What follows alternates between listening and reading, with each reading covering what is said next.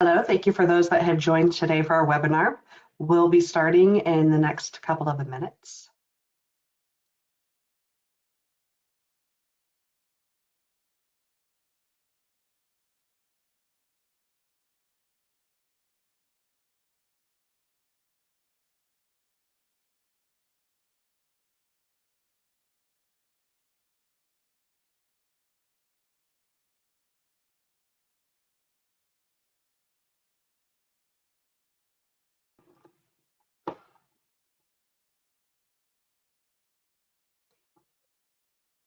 Thank you everyone for joining today. We really appreciate you all taking the time to join us for this webinar as we introduce the new MX2502 HOBO underwater PAR data logger. Used to measure photosynthetically active radiation. We appreciate your time in joining as we talk more about the principles of our data logger, as well as the light measurements itself. As we start today, I'd like to introduce our panelists that we will have available during this webinar. Starting off with myself, my name is Kristen Minish. I am a product manager here at Lichor. I have 15 years of experience with HOBO and Lichor instrumentation and currently focus on our HOBO products serving our water resource management and monitoring needs. Today, I'll be joined by two other panelists who will be presenting. We'll begin with Elizabeth Gordon, a senior technical support scientist with Lichor. Elizabeth brings over 15 years of experience focusing on plant physiology, light, and leaf area measurements. In addition to Elizabeth, we are also joined by Mamadou Ba. He is with our product management team here at HOBO with over 15 years of experience in their data loggers and instrumentation. His primary focus is on our HOBO connected products, serving environmental research and agricultural applications. As we go through the webinar today, we do encourage you to ask questions. Please feel free to submit them through the Q&A box that you see within the webinar itself. It's located at the upper right-hand corner of your screen. We will answer questions throughout the presentation, and we'll also be reserving time at the end of the webinar to answer any additional questions that have come through. In addition, we'll be following up over the next day with a recording to this webinar and to answer any further questions that you may have after the presentation today. A bit of an introduction to HOBO, who is hosting this webinar. HOBO is now part of the Lichor family. They bring their trusted experience in data logging measurements in aquatic, terrestrial, and indoor applications to the Lichor product family. Their data loggers have been used in a variety of different applications in some of the harshest environments to help customers measure and understand the environment that they're working in. Coupling this with the Lichor family, Lichor has been built on light measurement. We've been building light sensors since the early 1970s and have used the light sensor technology as a basis to our greenhouse gas measurement technology, which we're now a global leader in. We are both supported by a global network of partners and channel resources to be able to assist you no matter where your research takes you within the world. In today's webinar, we'll be covering a few different topics. We'll start off by going through the principles of photosynthetically active radiation and underwater light measurements, and talk about some of the applications where you can take these measurements in below water surfaces. From there, we'll move into a demonstration with the MX2502 data logger so that you can see how it works in real time. Again, feel free to submit your questions throughout the presentation today. We'll take time to be able to answer those throughout the presentation as well as at the end of the webinar. With that, I'll hand it over to Elizabeth. Thank you, Kristen. I appreciate you providing that introduction. I'm going to go ahead and turn my camera off, but we are here, and so if you do have any questions, we would really like you to ask them in the Q&A box. As Kristen said, it will make it a little bit easier for us to keep track of those.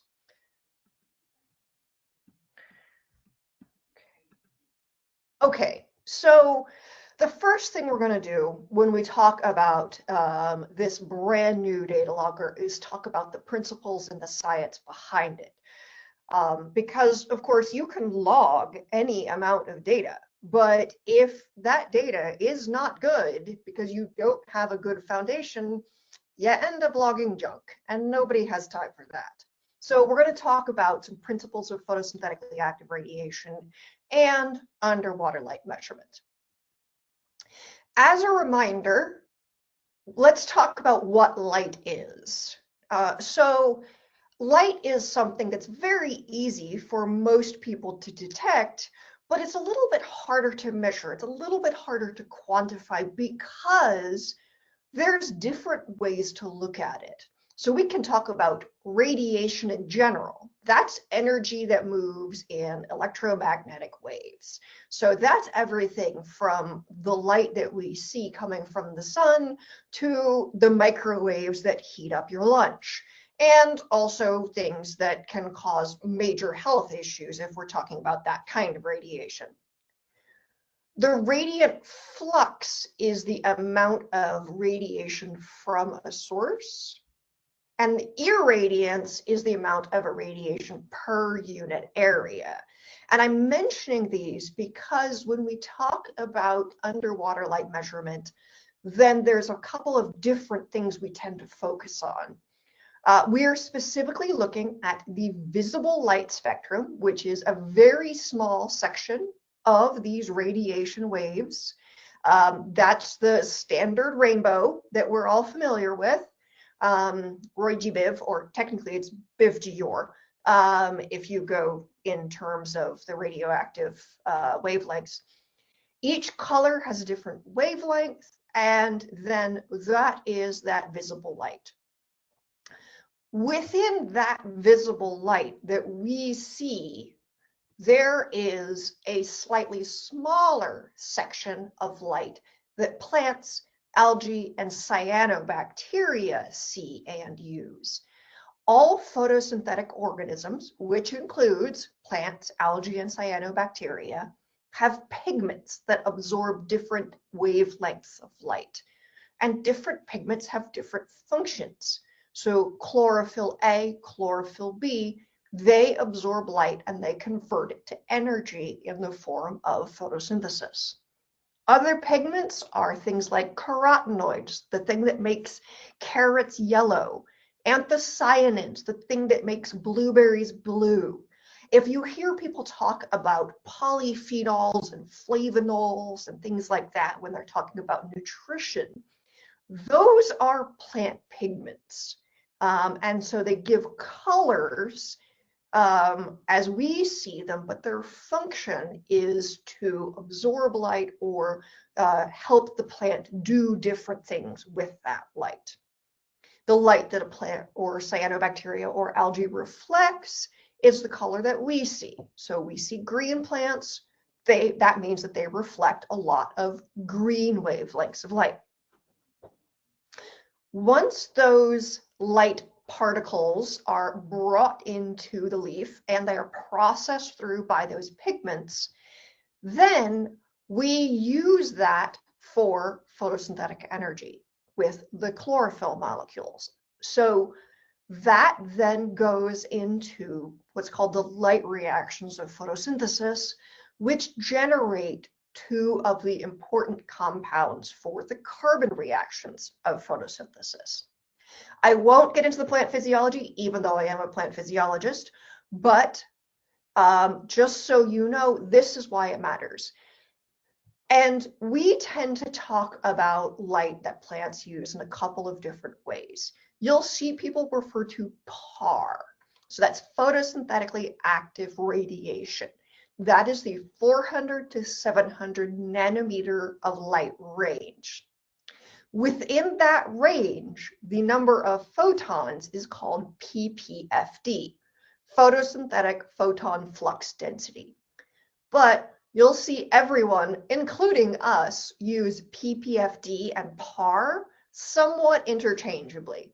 Technically, if I were to say, oh, the sun is 2000 PAR, I mean that it's 2000 ppfd in the PAR range. but everybody does this. So I'm going to use both of them through the course of my discussion. But if I say PPFD or PAR, I am talking about light that plants, cyanobacteria, and algae can use to create energy and then drive growth rate, yield, and development. If we're going to be measuring PPFD or PAR, which we are, we want to make sure that we have a plant or a sensor with a flat response across that range and a sharp cutoff outside that range. Otherwise, we could over or underestimate PPFD in the different segments of the PAR range, and that could lead to incorrect conclusions. So you see that I've got a graph of the typical plant response and the ideal sensor response. And then below, I've got a measurement of how the LI-190R, which was the basis for the LI-192, they work in exactly the same way, just a different housing to them. And you can see that we neither over nor underestimate PPFD in the different PAR ranges. That is not true for all of the various sensors available. So, and you might think, well, why am I looking at PPFD? Why am I looking at PAR? Why can't I just look at lux? If you're thinking about lux, which is another way to measure light, you would have to check and see what its wavelengths were. Because again, if someone says, I'm measuring watts per meter squared, I'm measuring lux, what are the active wavelengths of that sensor? Are you measuring outside of the range that plants can use? Or are you not measuring the entire range that plants can use? So looking at just foot candles or lux or lumens or watts, you know, the important thing there is not just the units that we're using, but also the wavelengths that we're measuring. And so I see growth lights at the home improvement stores sometimes, and sometimes they don't say anything about, they say that it's a plant growth light, but it doesn't actually tell me what the active wavelengths of that growth light are. I'm not buying that. I want to know if the active wavelengths provided by that so-called growth light are actually going to be useful for growing my plants. This is a plant physiology problem. I'm not sure everybody worries about this, but I do. So let's talk about some challenges in measuring PAR or PPFD below the water surface. So I've mentioned that there can be a little bit of a challenge in measuring it in general in terms of making sure that your sensor is actually measuring the wavelengths that you want it to. It's not over or underestimating it. Once we add water, then everything gets a little bit more complicated. One of the things that we do need to make sure of is that our sensor is what's called cosine corrected. And this means that the light is still accurately measured when the light source is at an angle from the eye or the diffuser of the sensor. Most light is a combination of direct and diffuse radiation, especially underwater. The sun is not always directly overhead, obviously, or your LEDs that you're growing your whatever your tank with are not always directly overhead for every part of the tank. So we need to be able to compensate for direct and diffuse light without doing a cosine correction. Light that is received as primarily diffuse radiation, sort of at an angle, could be underestimated. Light that's received as direct radiation could be overestimated, especially if there are reflections present, because that can cause the particles of light to essentially be counted twice without the cosine correction. So the LI-192 in the MX2502 has cosine correction. The other aspect that it has is a wiper, because when we're talking about underwater measurements, we have to consider biofouling. Things like to land on other things, and the number of barnacles that I have seen on Li-192s that have come back for calibration is not small. So sometimes our technicians do chip barnacles off of instruments when they are calibrating them. That's always entertaining. But the benefit of using the Li-192 in the MX2502 is that we can use a wiper to keep the sensor window clear, and that means that the cosine correction works as well as possible. Without a wiper and taking care of biofouling, then the cosine correction may not work as well. The other thing I'll mention is that it's a very rugged housing. These are made of brass, essentially, and so they're able to withstand pressures and depths that terrestrial sensors would not like at all. If you tried to use a terrestrial PPFD sensor, it might work once and then never again, which is not ideal. We can also use it in air or in water. All Li-192s are calibrated so that you can have an in-air or in-water multiplier, so you can check it above the water column and then lower it down into the water column as needed for deployment or mounting. So all sensors are calibrated. Not all sensors that are available from other manufacturers are calibrated. And if we're not calibrating the sensor, we're right back to what was that growth light at the home improvement store actually measuring. We don't want an uncalibrated sensor. We might as well just be picking a number out of the sky with a uncalibrated sensor. No puns about the sun intended. But I'll go with the pun anyway. So let's talk a little bit more about why underwater PAR PPFD measurements matter. So we've talked about what they are. We've talked about why the Li-192 and specifically in the deployment of the 2502 is useful. But why would I want to look at PAR? I already mentioned that this is how plants use light. Okay, but there's other ways for me to understand ecosystem monitoring. Why don't I just use a Secchi disk? I mean, I'll just put it down there and it'll be fine. It is true that Secchi disk can provide information on water column turbidity, light extinction depth, but it doesn't tell you the quality of that light in the water column. And the human eye is not particularly good at being a calibrated light sensor, mainly because we have pupils. So we can say, wow, this light seems really bright. I'm in an office right now doing this presentation, and the light seems perfectly bright for me. But if I were to get out an Li-192 and measure it, I would find that probably there was almost no photosynthetically active radiation present in this room. So I could say the light is very bright, but it wouldn't tell me anything, and that wouldn't be something that would help my plants, my cyanobacteria, my algae grow.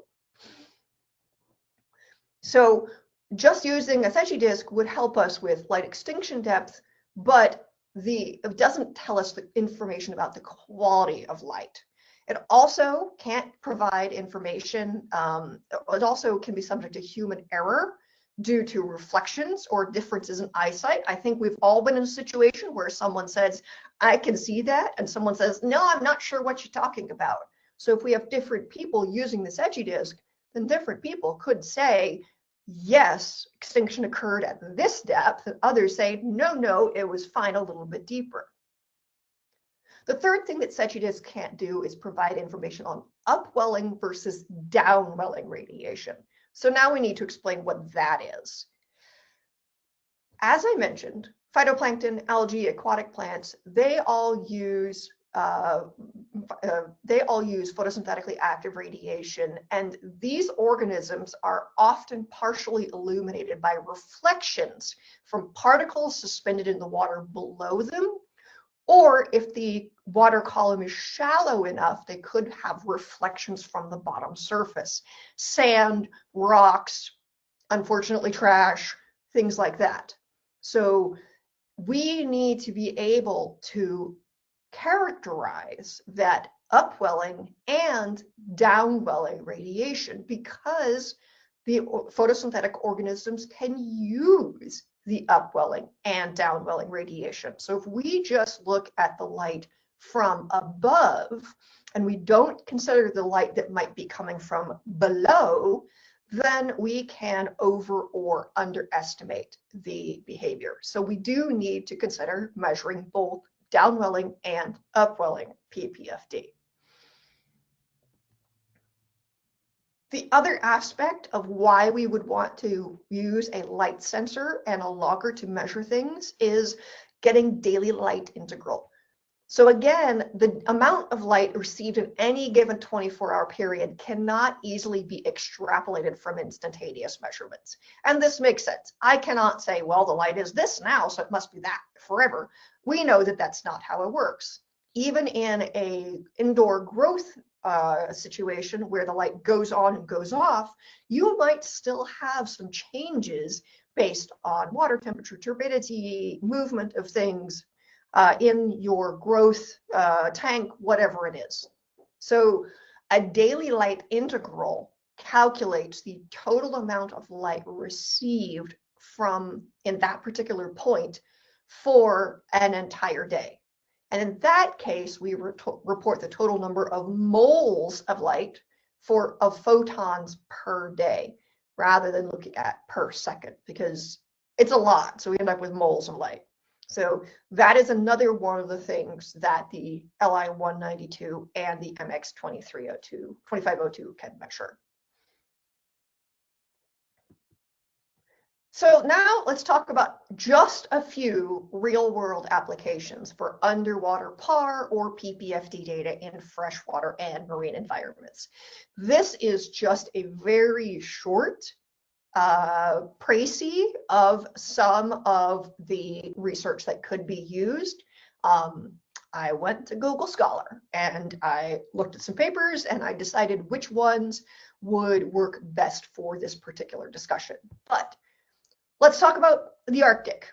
So a particular group wanted to know about upwelling and downwelling PPFD under ice. So not just looking at light in general, but light after it went through the ice layer and what that had, what effects that had under on the primary productivity of that particular area of West Greenland. Other researchers looked at photosynthetic phytoplankton productivity in the Arctic parts of the Black Sea. So they did a general research cruise, and one of the things they did was look at the photosynthetic light reactions or photosynthetic light availability. We could also do this in tidal environments or coral reefs. So Spartina alterniflora is a plant response. Is a plant, an aquatic plant, and they wanted to know about tidal inundation and whether that was going to affect anything. So they looked at not only incident PPFD, they also looked at chlorophyll fluorescence and tide level measurements using a HOBO water level sensor. Most of these papers that I'm mentioning are not just using the LI-192. They're using a lot of different things. It's just one of the things that we're looking at. But so I saw that HOBO water level sensor and I made sure to mention it. Another paper looked at sargassum accumulations and whether decaying sargassum would affect coral reef ecosystems. Maybe you're interested in habitat restoration. Eelgrass was transplanted in 3 different places in Santa Monica Bay in California and the USA, and they used light to monitor some of the factors that could have influenced transplant success. And another situation, a very turbid lake had some flocculation, some little particles that cause all the gunk in the lake to clump up. And that increased PPFD throughout the water column, and they were hoping that that would increase aquatic vegetation availability and habitat restoration for birds who might want to eat that aquatic vegetation. And then there's also aquaculture. So one particular paper looked at whether shrimp, commercially grown shrimp, were willing or able to be fed on macroalgae rather than commercial shrimp diets. And they did use the Li-192 to monitor the light level and see how the shrimp did. They also looked at the availability of light as it affected the ability of coral spat to grow and develop, and whether light might have allowed just the right level of light might have allowed the coral spat to grow without having outcompeting algae species. So they found that keeping the light at a very specific level was enough light for the coral spat, not so much light that the algae started to outcompete. So these are just a few of the ways that you can use the 2502 and how you might want to consider integrating it into your research program or your monitoring program. I'm going to hand over to Mamadou now to talk about the features and the specs. So I will stop sharing it for the moment. And Kristen, did we have any questions that I should answer? Yes, we had one come in where they asked about downwelling and upwelling applications, and if you could describe briefly those applications and how the Li-192 can be used in those measurements. Absolutely. So if we want to use the Li-192 in downwelling and upwelling measurements, we're actually going to need two. So we'll have one sensor pointing up and one sensor pointing down. And what that would allow us to do is look at parameterizing what is coming from different directions. Or if you're only interested in one or the other at a time, you could just flip the sensor. They're completely okay with being on their heads. So yes, so that would just allow you to parameterize what amount of light could my photosynthetic organisms be receiving from reflections lower in the water column, or versus what is coming in from above them. Great, thanks, Elizabeth. Yeah. Now we'll hand it over to Mamadou. Excellent. Thank you. Again, thank you, Elizabeth, for that excellent primer on PAR and underwater light measurement. What you've covered, you've covered the fundamentals and the real world challenges really well, and that context sets us up for the product discussion. So from here, I'll focus on the MX2502 itself, the key specification, how it works with HOBO Connect, and what you should expect in a day-to-day use. And then we'll wrap up with the overall Q&A. So as Elizabeth mentioned, the MX2502 combines the Li-192 underwater quantum sensor with a self-contained data logger. So we log PAR, temperature, and tilt, and I'll speak to those a little bit more. And it also uses water detect to confirm when the logger is actually submerged. So where it could be useful in tidal applications, for example. As Elizabeth mentioned earlier, the Li-192, the sensor itself allow you to measure in air and underwater PAR, but they're different coefficients. So if you have it set up to measure underwater light, but then it's above water, you will get the data may not make sense to you, for example. And what that water detect does is essentially add a QA and QC component to allow you to confirm the environment. Setup and data retrieval happens wirelessly with HOBO Connect. So like our other HOBO Connect, our other HOBO MX data loggers. And it is designed for long-term deployment with over 1 million data point and multi-year battery life, depending on how it's configured. So the content in this slide summarizes some of the core specification.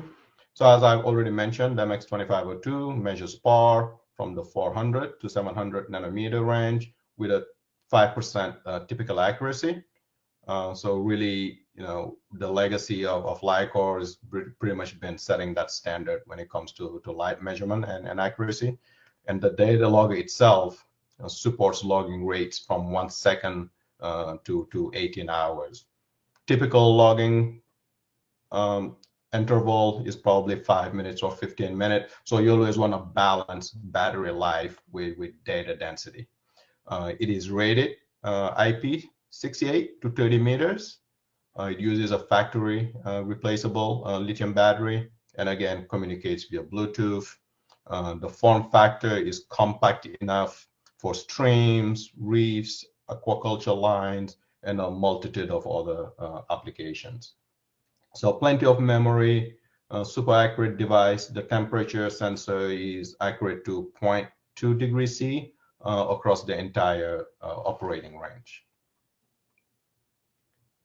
So when it comes to the parameters, they have been grouped intentionally. So you get those core measurement of PAR and temperature, but we've added the layer of these QA and QC parameters like tilt and water detect. So tilt is accurate to 5%.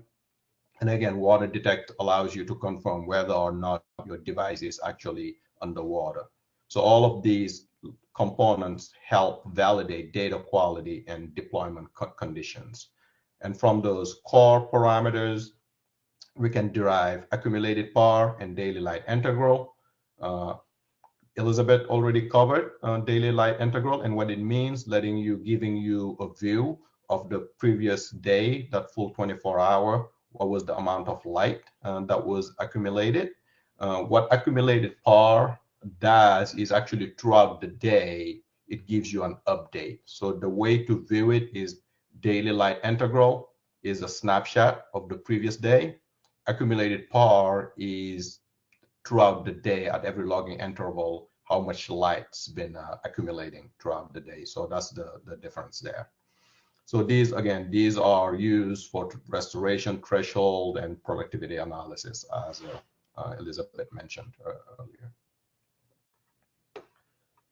So on calibration, just to add to it, calibration, especially when you're working in research, having a calibrated device is fundamental to defensible PAR data. And this is where LICOR's legacy really matters. LICOR has been setting the standard for light measurement since the 1970s, so it's a long time. It's 50 years of experience. And the LI92 sensor used in this MX2502 built directly in that history. So each MX2502 is factory calibrated using LICOR's established procedures. It's a NIST standard, and we do recommend, especially in research application, that these devices are recalibrated every 2 years. What it does, this just ensures consistency across your deployment seasons and the various sites you may be using your devices. And really what it means for users is just you have the confidence that the changes in the data reflects the real environmental conditions and not sensor drift or anything like that. So really that calibration heritage is a key reason researchers trust LICOR sensors for long-term ecosystem studies. So to build on that, calibration is important. I would also say that, deployment best practices as well matters. So this checklist, just highlights few essentials, right?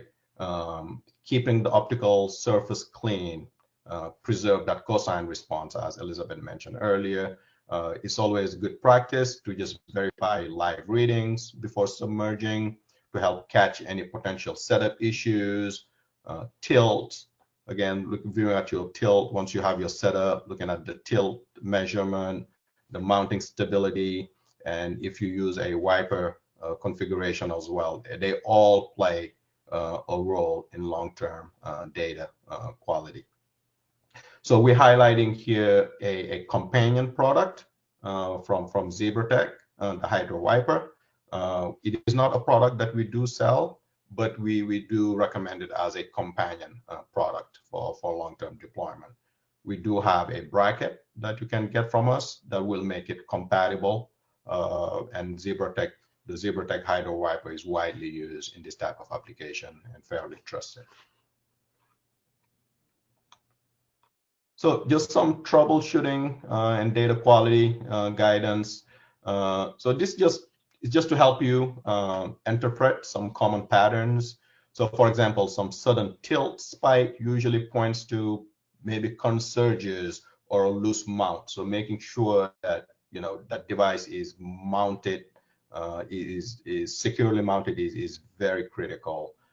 Some flat midday PAR often indicates fouling. And some unexpected changes are best interpreted alongside turbidity, tides, or weather data. So it is always good practice to compare the surface, those near bed loggers that you have with some surface data is always a simple way to validate some of the trends that you might be seeing. So just wanted to highlight some of the mounting options that we have. As I mentioned earlier, good data starts with good deployment. So we've made sure that the MX2502 supports several mounting options depending on the environment. As I mentioned a minute ago, we do have a clamp that you can get from us that makes it compatible with the Hydro Wiper. We also have this rebar plate, which is a pretty typical use, using a rebar just to make sure you can mount it near bed at the bottom of the floor, at the ocean floor, for example. So we have this bracket that can allow you to secure the data logger with or without the wiper, and just make sure that it is fully secure and well mounted. We also have this lowering frame that you can use, so you have a suspension ring that you can use on a buoy.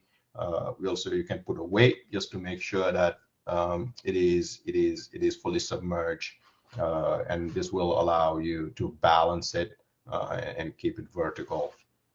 We also given options. Again, they can be mounted with a wiper. This configuration, I'm just showing one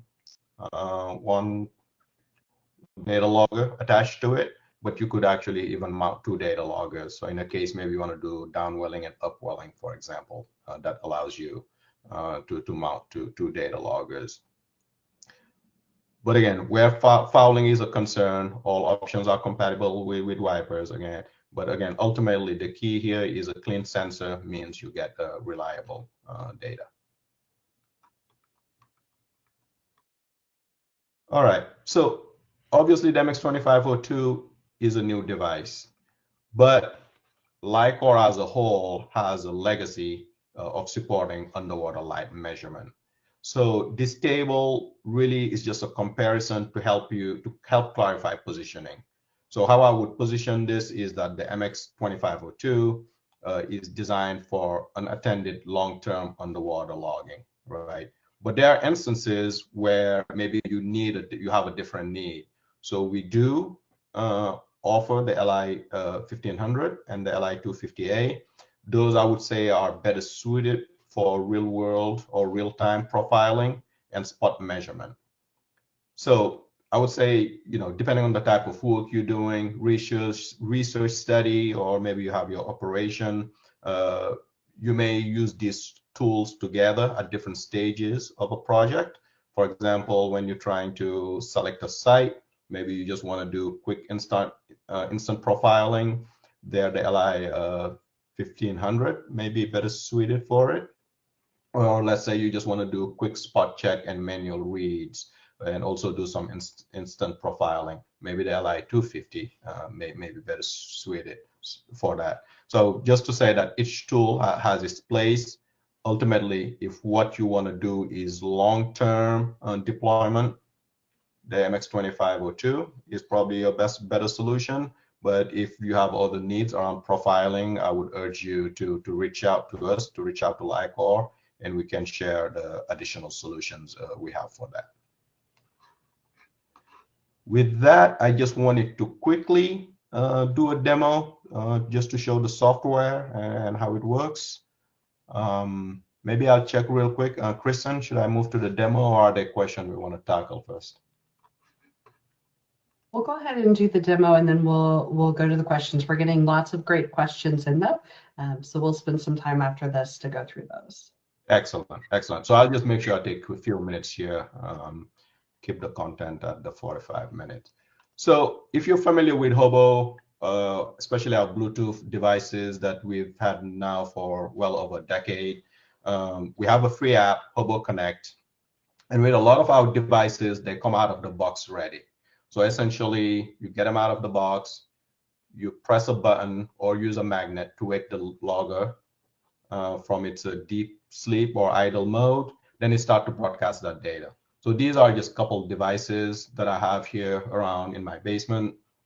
But I have one of the Underwater-PAR right next by the window here. So as you can see, I just have it standing vertically. It's already giving me the PAR, temperature, and tilt. So if I select the device, give it a minute here.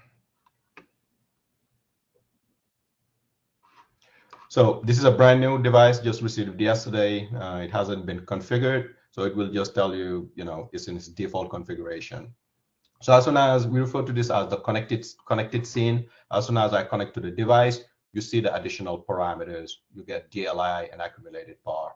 So this is a brand new device. It's not launched. That's why there's been no accumulation. You're not seeing anything. So a couple things that I just wanna highlight. That's useful. The default name is the serial number. It's always good to give it a meaningful name to you. If you have a multitude of devices, you can take advantage of this grouping where you can label devices with a specific group, and it can be easy to search and find the devices. From here, really, the default setting, if they work for you, 5-minute logging automatically gives you a sense of the logger capacity when the device starts or not. Generally, it is good to set it at a date and time. Let's say here I could set it up to start at noon. From here, depending on your needs, you can automatically get started. I mean, in literally 5 minutes, you're up and running. No needs for programming. But a couple things that I want to touch on, again, especially for long-term deployment, we have a neat feature that can double pretty much as a power saving feature. Earlier, I mentioned about some of the QA and QC parameters like water detect. With Bluetooth, when a device is underwater, water will absorb the Bluetooth signal. You cannot really communicate with a device, and Bluetooth communication does use a decent amount of power. So one neat feature here that we've added as a power savings mode is you could actually enable this feature and say, like, whenever you detect that the device is underwater, just disable Bluetooth, because probably well over half of the power use is the Bluetooth communication. So these are just a couple tricks you can use. Turning off Bluetooth when water is detected will extend the battery life of your device, for example. And we've also now added this capture location data. So it is off by default, but let's say if you have multiple devices in the field, or maybe you're part of a team and you really want to know where devices are deployed. So what this feature does, this location data, if you have it enabled, as you're deploying that data, where you configure that data, it will log that coordinate and give you just a sense. So as you probably reconciling your data, pulling it all back together, you can use that location data maybe to help localize where a specific device was used afterwards. One thing that I will touch on, so Underwater-PAR is enabled by default. As Elizabeth mentioned earlier, the sensor itself has different coefficient for underwater or in air. So if you wanted to use this device for whatever the reason may be for in-air application, couple things to note: you have to enable the in-air PAR, and also you want to make sure that the top of the sensor is dry, because you don't want to have water on the top of the sensor. You want to make sure that that sensor is dry and clean, and that will allow you to measure underwater PAR. That will allow you to measure in-air PAR. Goes without saying, if you're using it in-air PAR application, it will still log that underwater PAR value, but it is not useful at that point, right? So you just want to make sure you only rely on that in-air PAR data. So those were just a couple of things I wanted to touch on. Again, all parameters or all parameters are enabled except for in-air PAR by default. You can choose to disable some parameters if you don't need them. And what it just does, it allows you to use that memory for the parameters that are important to you. And like all our MX devices, you have the option of getting it connected to our cloud platform, so that every time you offload that data, it can push it to the cloud, and you have a singular point where you can access all your data. So really, just that's all I wanted to touch on. So again, just to quickly summarize here, the MX 2502, really what it does, it brings research grade underwater PAR measurement into a simple, easy to deploy and the right form factor for long-term deployment. So with that, oh, sorry, I almost forgot about this. Probably some people are wondering about that. So this is the price list for this device. So the sensor itself, the data logger, the full complete data logger with the sensor integrated. The list price is $1,199, and below there you can see the price for some of our accessories. So that bracket amount is $75 if you want to attach it to a rebar, the lowering frame, $199, and that clamp that makes it compatible with the Zebra Tech Wiper is $99. With that, we'll transition to Q&A. Great. Thank you so much, Mamadou, for that overview and for that software demonstration. Wanted to spend some time going through a few of the questions that we've been receiving in. One of the questions for you, Mamadou, we have a question about the different light sensors that are offered by HOBO and LICOR, and they're curious, when should they choose the LI-192 or when should they choose a different light sensor for their work? Sure. I mean, as Elizabeth, and feel free to augment Elizabeth, so if I think about some of our previous waterproof product we had either the UA or the MX-2200, right? Which really what it does is provide you lux.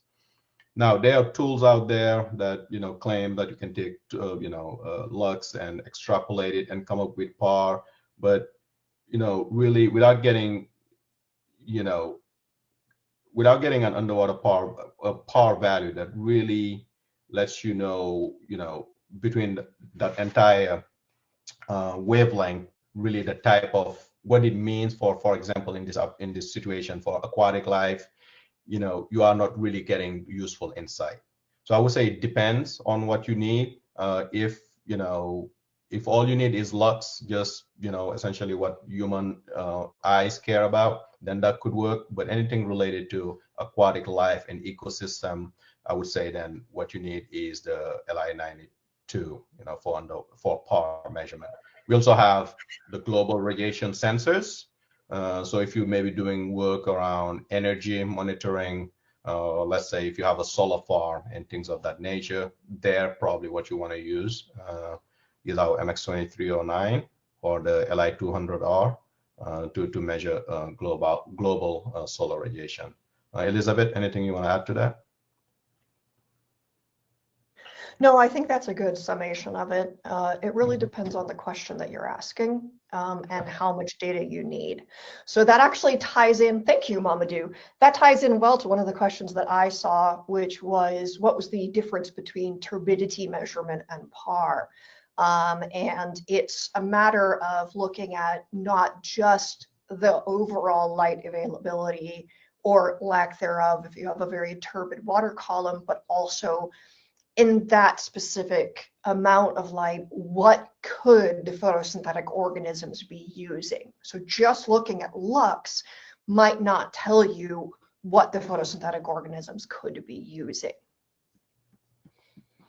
So, yeah. Great. Another question that came in, Elizabeth, I'll hand this one over to you. What does the calibration protocol look like for marine versus freshwater? Are there different calibration applicables to both? Yes, so we just use in air and in water. And when we started testing the LI-192 back in the 1970s, I was not working for Lycor at that time, but we did a lot of work and we determined that the marine and freshwater calibration could be the same. So there's no need to change that. The other thing that we don't need to change, which some manufacturers of light sensors do, you have to change the calibration depending on your light source. Whether you're doing sun or LEDs or fluorescence or whatever, then you would have to change your calibration. You don't need to do that for the LI-192 because its response is so flat and so close to the specified ideal range that was developed by light researchers in the 1970s. Mamadou, if you don't mind, I'm just going to start rolling through some light questions because they're all tied to each other. So someone said, what happens if it rains? Do we need to use the in-water multiplier? No, we don't. It's just, if there's a little bit of rain on it, that's fine. But if we are going to be deployed in the water, then we would definitely want to use the in-water multiplier. And the water level sensor, the water sensor in the 2502 is not going to interpret a shower as being underwater. It's a little bit more sensitive than that. Let's see, what's another question related to this?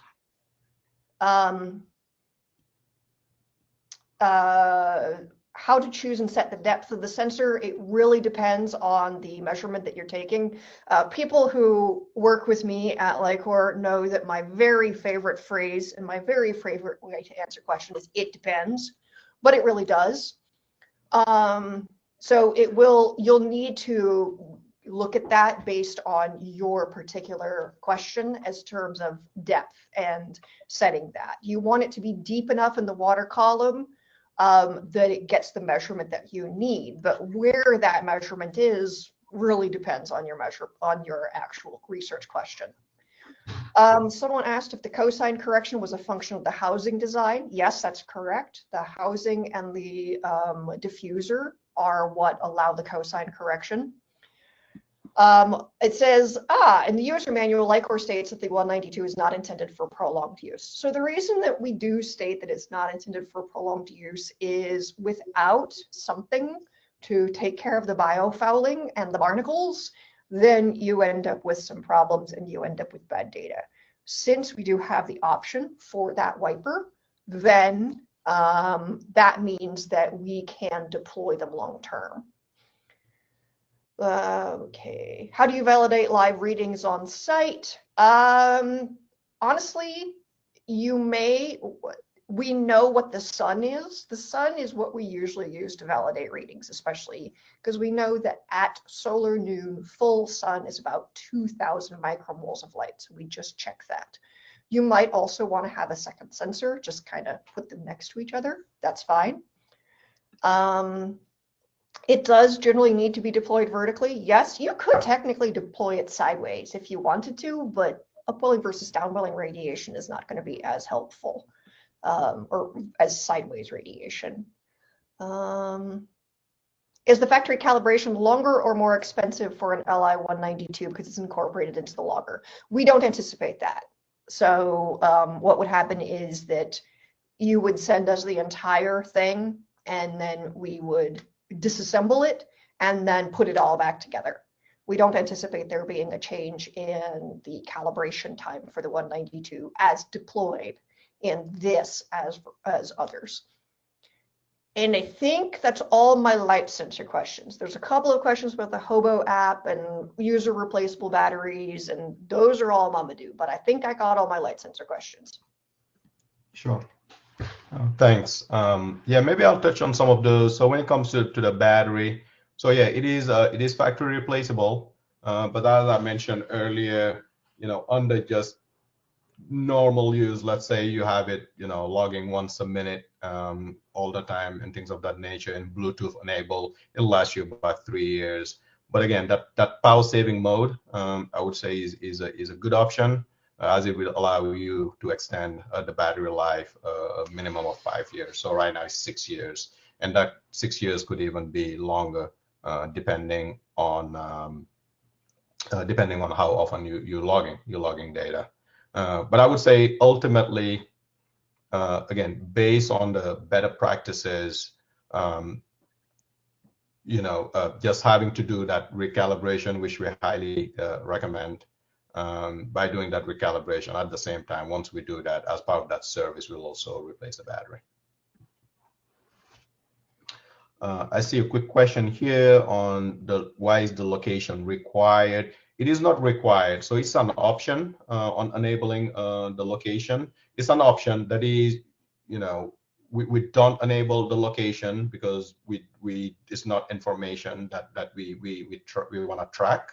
But let's say, if a user wanted, just for simplicity, as they're going back through their data, to be able to know where was the serial number for this device was deployed, they can turn on that location at the time of configuration. So once you turn it on, after you configure it, when you export that data, if you go into your events tab, because we generally have 2 tabs, there is one for your data, and we have the events tab. If you go to that events tab, it will give you that information on the location.